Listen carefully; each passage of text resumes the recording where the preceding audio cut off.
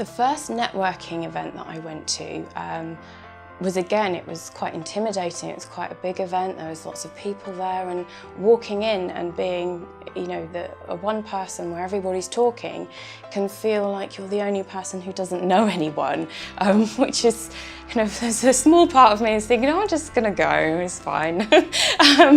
But really, I think it was a case to just take the bull by the horns and just get stuck in, really. So I did have butterflies, but nobody noticed, you know. It doesn't matter what's necessarily going on in there. Just keep your mind focused. You're just there to introduce yourself and have conversations. It's not necessarily needing to go in thinking I must go away with a new client or I must go away having made a sale. You're just going there to meet people and make relationships. And that, I think, is the most important thing. To pick up the phone and to make the call. I'm a bit more used to it now, but I used to rehearse the words so much before I said them.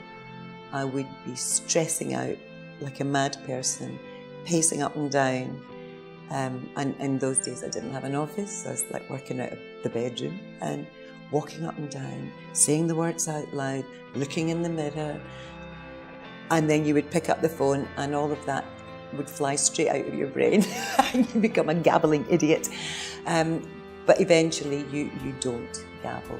Eventually, even an IT person can learn to some extent to be a salesperson.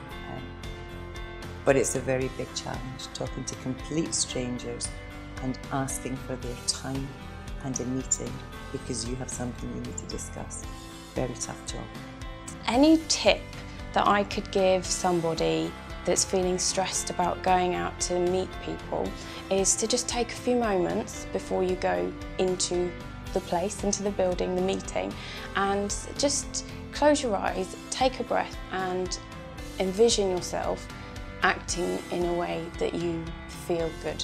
You know, envision yourself conducting yourself in a way that makes you be the person that you want to be, so that you see yourself being confident, and avoid yourself thinking about what you don't want to be. It's all about thinking about what you do want to do, how you do want to behave, and just see yourself acting confidently and having great interactions with people as well.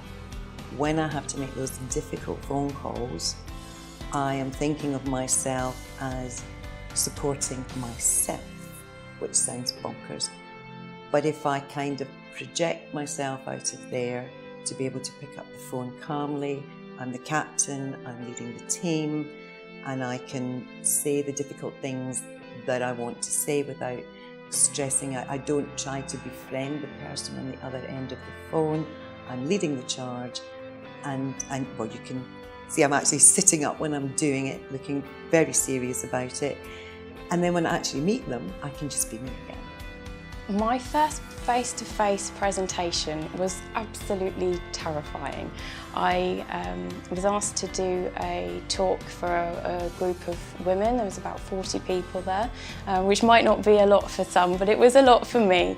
And it was really quite scary standing up there in front of everybody. And I was nervous, just like anybody else would be.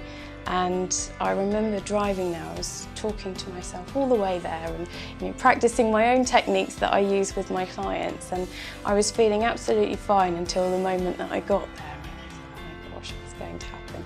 And quite a funny thought passed through my mind, and I thought, don't be ridiculous. And I was literally telling myself, you're being very silly. And I got there and I actually shared my story with everybody and just said, you know, I'm really nervous. Thank you so much for inviting me to be here. And I'm quite scared about being up here, so just be gentle. And everyone was really receptive because it made me more human, talking to everybody, and that I have feelings just like everybody else. So it was scary, but it did go really well. And I had a really lovely audience with that.